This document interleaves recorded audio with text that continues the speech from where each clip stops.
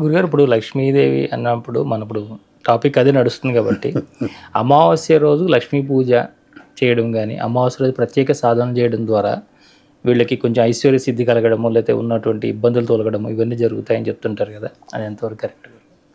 అమావాస్య అనేది మనం ఇటువైపు ఆ రోజుల్లో ఎటువంటి శుభకార్యాలు చెయ్యం. కానీ తమిళనాట వారందరూ మంచి శుభకార్యాలు చేయాలనుకుంటే అమావాస్య రోజే చేస్తుంటారు. ఎక్కువగా శూన్య తిథి అంట. ఒక వ్యక్తి సాధనలో శూన్యంలోకి వెళ్ళిపోతే, మొత్తం మాయా అనుకుంటే, ఆ జీరో స్థాయిలోకి వెళ్ళిపోతే ఇంకా అతను ఆత్మసాక్షాత్కారం పొందినట్టే. అటువంటి శూన్య తిథిలో ఏ పనులు చేసినా గ్రహ ప్రభావాలు వారిపైన ఉండవు. అందుకని అమావాస్య రోజుల్లో కొందరు పూజలు ఆచరిస్తుంటారు, తాంత్రిక సాధన చేస్తుంటారు. అందుకని మీరు ఒరిస్సా అటువైపు వెళ్ళారంటే చతుషష్ఠి కోటి యోగిని పూజిత లలిత విధానంలో కూడా కొందరు తాంత్రిక మూర్తులు ఉన్నారు, కొందరు అమ్మవార్లు ఉన్నారు. మన ధ్యాన మందిరంలో కూడా అమ్మవార్లు పెట్టడం జరిగింది. ఒక్కొక్క అమ్మవారు ఒక్కొక్క శక్తికి ప్రతీకగా ఉంది. దానిలో ముఖ్యంగా ఒరిస్సాలో ఎక్కువగా కృష్ణకాళి అమావాస్య రోజున పూజలు చేస్తుంటారు. కృష్ణకాళి అనేది ఎవరు, ఎలా ఉంటుంది అనేది గతంలో కూడా ఒకసారి చెప్పాను. ఆ అమ్మవారు విష్ణువు యొక్క సోదరిగా, యోగమాయగా మనం ఆరాధిస్తూ ఉంటాము. ఆ కృష్ణతత్వమే కాళీ అనేది కూడా ఉంటుంది. కృష్ణ అంటేనే వర్ణము, అటువంటి వర్ణమే. పూర్వపు రోజుల్లో బృందావనంలో రాధతో పాటు కృష్ణుడు విహరిస్తూ ఆ పిల్లను వింటూ అమ్మ ఆరాధనతో కృష్ణుడిని ఆరాధిస్తుంటే కుటిల జటిల అనే గోపికలు వెళ్ళి రాధకు భర్తగా ఉన్న అతని దగ్గరికి వెళ్ళి, ఓ పిచ్చోడా నువ్వు అంత అమాయకంగా ఉన్నావు, ఆ రాధేమో కృష్ణుడితో చట్టాపట్టాలు వేసుకొని తిరుగుతుంది బృందావనం అంతా, నువ్వేమో ఇంట్లో కూర్చొని ధ్యానంలో ఉన్నావు, వచ్చి చూడు, కావాలంటే మాతో పాటు సాక్ష్యం మేము ఉన్నావురా, తీసుకొస్తాం. ఇది కృష్ణ పరమాత్ముడికి తెలియదంటూ ఏమీ లేదు. వాళ్ళు బయలుదేరిన వెంటనే అర్థం చేసుకొని చిరునవ్వుతో, రాధా నేను ఇప్పుడు పిల్లను గ్రోవితో పాటు నా రూపం నీకు అసలైన రూపం చూపించబోతున్నాను, కంగారు పడద్దు అనేసరికి కుటిల జటిలతో రాధ భర్త కూడా వచ్చి పొదల్లో నుండి చాటుగా చూడటం జరుగుతుంది. అప్పుడు కృష్ణ కృష్ణ అంటూ అమ్మవారు వేడుకుంటూ ఉంటుంది పూజలు చేస్తూ. అప్పుడు కృష్ణుడు పిల్లను గ్రోవితో పాటు ఒక చేతిలో ఖడ్గం, కపాలమాల, ముండమాల ఇవన్నీ ధరించి కాళీ శక్తిగా అగుపిస్తాడు. అప్పటి నుండి ఆ యోగమాయ అనే శక్తి కాళీ రూపంతో ఉంది. అందుకని కృష్ణకాళీని తాంత్రిక విధానంలో ఎక్కువగా అక్కడ ఆరాధన చేస్తుంటారు. ఎటువంటి సాధన విజయవంతంగా జరగాలన్నా ఈ కృష్ణకాళీనే ఆరాధిస్తుంటారు. ఆ కృష్ణ తత్వము అనేది కూడా, ఆ నల్లటి వర్ణం కూడా అటువంటిది. ఆ కృష్ణ బిలం నుండి కూడా మనకు అనేక గ్రహాలని లోపలికి తీసేసుకుంటుంది, విడుదల చేయగలుగుతుంది. అదే యోని. అటువంటి సృష్టి యోని అనేది ఒకటి ఉంది. మనం ఇక్కడున్న సహస్రారంపై ఆ కృష్ణ తత్వముతో బిలం ఉంది. ఆ కృష్ణ బిలము గెలాక్టిక్ సెంటర్కు కనెక్ట్ అవుతుంది. అందుకనే ఇక్కడ ఆ సిద్ధిదాత్రిని వేడుకుంటూ, ఆ మహాగౌరిని వేడుకుంటూ, ఇక్కడున్న ఆ కాలరాత్రి అనే శక్తిని వేడుకొని మనం కాస్మిక్ ఎనర్జీని తీసేసుకోవడం జరుగుతుంది. ఆ తర్వాత ఇక్కడికి వచ్చిన తర్వాత కాత్యాయని దేవి ఉంటుంది. మళ్ళీ ఇక్కడి నుండి కంఠానికి వచ్చేసరికి స్కందమాత ఉంటుంది. స్కంద అంటేనే విస్ఫోటనం. ఇప్పుడు నేను మాట్లాడుతున్న శబ్ద తరంగాలు విస్ఫోటనం అవుతున్నాయి, అది అందరూ వింటున్నారు. అది స్కందమాత. ఇక్కడ కూష్మాండ, హృదయమే కూష్మాండాదేవి, ఆ అమ్మవారు ఇక్కడ కొలువైంది. ఇంకొద్ది కిందికి వచ్చామంటే అమ్మవారు చంద్రఘంటాదేవి. నాభి స్థానం నుండి కిందికి వెళ్ళేసరికి బ్రహ్మచారిణి మాత. ఇంకొద్దికి మూలాధారానికి వెళ్ళామనుకోండి, అసలైన పుట్ట అక్కడే ఉంది. శ్రీశైల శిఖరము ఎలా ఉందో అలాంటి పుట్ట ఉంది. అదే శ్రీశైలపుత్రి. అక్కడుండే శ్రీశైల పుత్రియే కుండలిని అనే అమ్మవారు అని మా గురువు గారు నేర్పించిన విధానం. అదే భూతత్వం. అక్కడున్న అమ్మవారు 4 దళముల పైన కూర్చొని లమ్ అనే బీజాక్షర శక్తిగా ఆ అమ్మవారిని వేడుకోవటము, ఒక్కొక్క నిచ్చెన ఎక్కుతూ ఒక్కొక్క ముడిని విప్పుకుంటూ మనం సహస్రారానికి వెళ్ళటము, మళ్ళీ రావటం జరుగుతుంది. ఈ అమావాస్య రోజుల్లో మనకు ఈ నాగశక్తిని మేల్కొల్పినందుకు శూన్య తిథిగా ఉంటుంది కాబట్టి ఇలా 2 శక్తులు పెనవేసుకొని 2 నాగములు వెళ్తుంటాయి. మామూలుగా మనం కొన్ని ఆరోగ్య సూత్రాలు, కొన్ని సంస్థలు సింబల్స్ చిహ్నాలు వాడుతుంటారు. అవి ఇలా 2 పెనవేసుకొని 2 రెక్కలు కూడా ఉంటాయి ఆ మధ్యలోనున్న స్తంభమున. ఆ 2 రెక్కలే ఈ గోడలు. ఆ పాములు పెనేసుకొని ఇలాగ వచ్చి ఇక్కడ ఏకమవుతుంటాయి ఈ కంఠస్థానములు. అటువంటి తత్వమే మధ్యనున్న ఆ స్తంభమే సుషుమ్నా నాడి. ఈ 2 నాగములే ఈడ పింగళ నాడిలు మనకు అగుపిస్తాయి. అది సూక్ష్మాతి సూక్ష్మంగా మనో దర్శనముతో దర్శించుకుంటే అగుపిస్తాయి. బాహ్య చక్షువులకి అగుపించవు అవి. కాబట్టి అంతర్ముఖంగా మనం దర్శించుకోగలిగితే ఎన్నో వింతలు విడ్డూరాలు చూడవచ్చు. ఆ కృష్ణకాళి దర్శనం కూడా పొందవచ్చు. ఇప్పుడు మన కార్తీక మాసంలో ఉన్నాం కదా గురుగారు, ఇప్పుడు రాబోయే అమావాస్య ఏమైనా ప్రత్యేకంగా ఏమైనా చేయవలసి ఉన్నాయంటారా? ఇది శివకేశవుల మాసం, వారికి భేదం లేదు. కొందరు దానికి విభేదాలు కల్పిస్తున్నారు. శివకేశవ తత్వమే కాకుండా కృత్తిక నక్షత్రంతో కలిసి వచ్చిన మాసం కాబట్టి కార్తీక మాసమైంది. కార్తీక తత్వంతో కార్తికేయుడిని కూడా ఆరాధిస్తుంటారు తమిళనాట.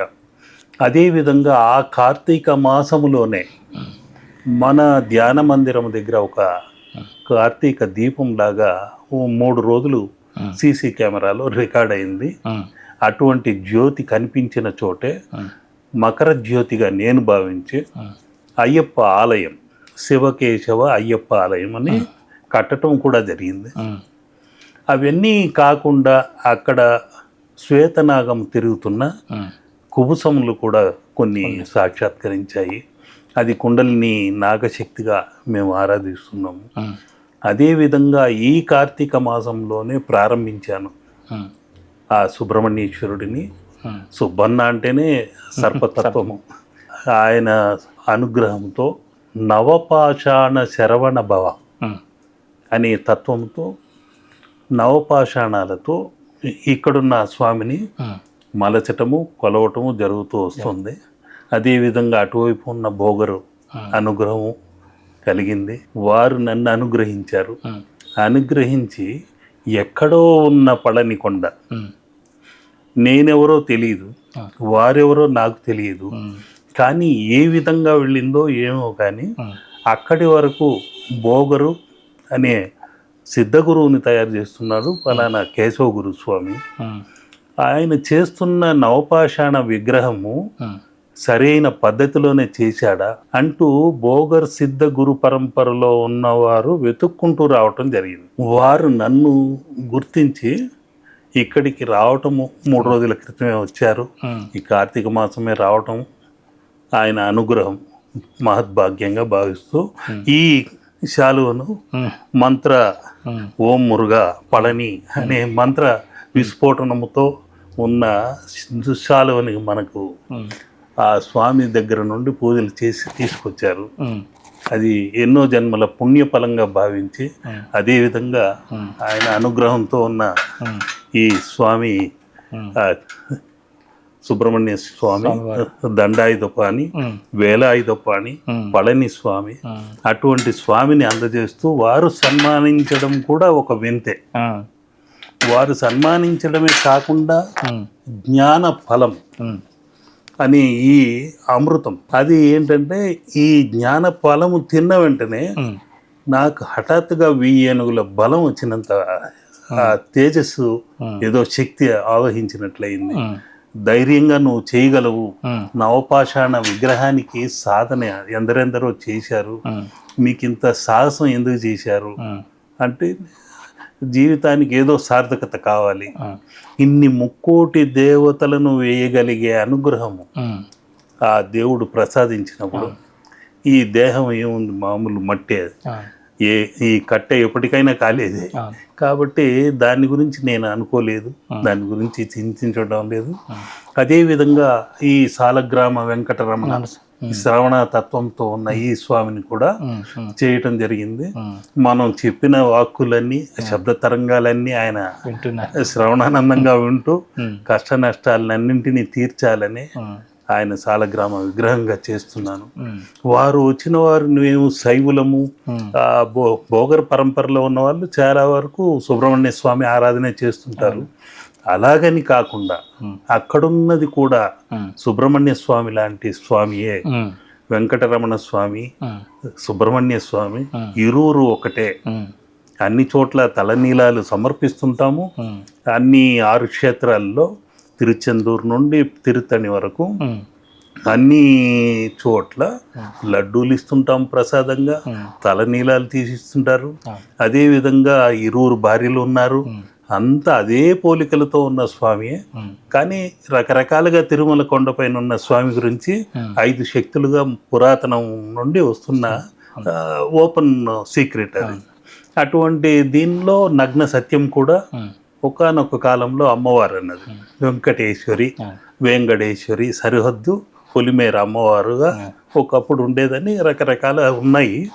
కానీ ఈ స్వామికి వారు మాత్రము ఆ మంత్ర విస్ఫోటనం, ఆ స్వామిని గోవింద గోవింద అనుకుంటూ వాళ్ళు ఆ మంత్రోచ్చారణలతో ఆ స్వామికి ప్రాణ ప్రతిష్ఠ చేయడము, అదేవిధంగా హృదయ స్థానంలో నిత్యం ఓంకారం ప్రతిధ్వనించాలని ఆ దక్షిణావృత్తం శంఖం పెట్టడం జరిగింది. ఈ 3 భాగాలని వాళ్ళు చూసిన వెంటనే వారికి అనిపించిన విషయము, ఇదేదో త్రికోణాలు ఇవన్నీ ఉన్నాయి, లక్ష్మీ నరసింహ అన్నారు, ఇంకేదో శ్రీయంత్రాలు ఉన్నాయి, ఏంటేంటో ఉన్నాయి, ఏంటి అది అంటే ఇది కైలాసం శిరస్సు వరకు ఒక మనిషికి 3 కుండలు ఉంటాయి. ఇదేమో కైలాసం ఆకాశతత్వం రుద్ర గ్రంథి, ఇక్కడి నుండి నాభి వరకు విష్ణు గ్రంథి, నాభి కింది నుండి బ్రహ్మ గ్రంథి. సృష్టి కార్యక్రమం అదే విధంగా జరుగుతుంటుంది. ఈ 3 గ్రంథులకు సంబంధించినవే ఇప్పుడు అన్ని జీవ ప్రతిష్ఠ చేయడం జరిగింది.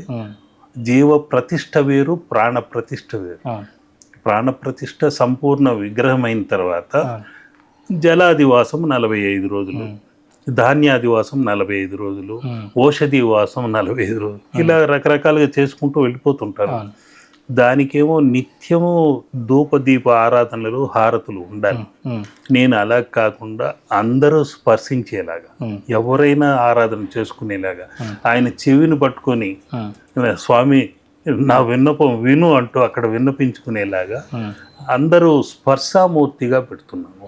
అందుకనే వాయు ప్రతిష్ఠ అనే పద్ధతిలో అక్కడుండే మూర్తులు అందరినీ తయారు చేస్తున్నా.